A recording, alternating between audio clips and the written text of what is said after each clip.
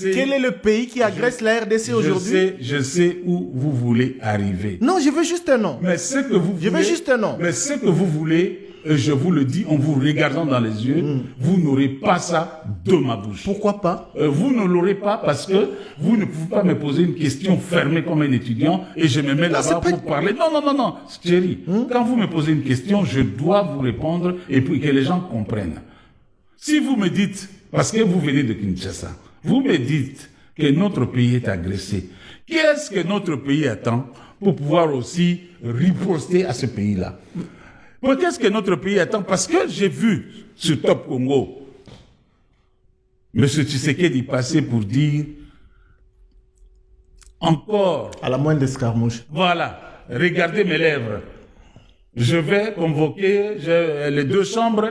Qu'est-ce qu'il attend si réellement nous sommes agressés pour pouvoir convoquer les deux chambres et déclarer la guerre? S'il déclare la guerre, je le soutiens. Donc vous connaissez ce pays? Je ne connais rien. Vous ne connaissez pas le pays qui agresse la RDC? Je ne connais rien. Vous ne connaissez pas? J'attends que Félix Tshisekedi me le dise. Est-ce que vous avez lu la résolution 2773? Non, j'ai pas lu.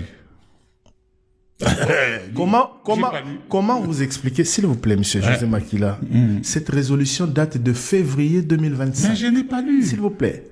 Je vous rappelle alors, en tant que journaliste, parce que je suis sûr. Donnez-moi la quintessence de la résolution. Je suis surpris qu'un acteur politique majeur de mon pays, membre du bureau politique du Front commun pour le Congo et aujourd'hui membre du mouvement Sauvons la RDC, ne soit pas au courant, alors que à Nairobi, alors que dans plusieurs communiqués de son regroupement politique, analyse a été faite sur la situation dans l'Est de la RDC, ne soit pas au courant de l'existence de la résolution 2773 qui demande ou qui exige aux troupes rwandaises de sortir de la République démocratique du Congo. Je suis surpris d'apprendre que vous n'êtes pas au courant de cette résolution de l'ONU qui date de février 2025. Vous savez, chérie, moi, je suis très content que vous puissiez me parler de la résolution. Vous savez combien de résolutions nous avons eues sur la République démocratique du Congo? Il y en a eu beaucoup. Il y en a eu beaucoup. Oui. Mais la dernière, c'est celle-là. Pourquoi vous devez qui pointe l'agresseur et qui demande à l'agresseur de se retirer. Mais chérie, on ne va pas se comprendre. Si vous parlez, que je parle, même les auditeurs ne vont pas nous comprendre. Je vous en prie, je suis désolé. Je vous en prie, allez-y. Vous pouvez me citer les tonnes de résolutions que nous avons eues sur la République démocratique du Congo? Dites-moi, même le président de la République en face de vous, est-ce qu'il connaît toutes les résolutions qu'on a prises sur la République démocratique du Congo? Pour que ça vous étonne que je ne sois pas au courant de la dernière résolution? Mais non, chérie. Donc, je vais terminer par là. Moi, je vais vous dire ceci.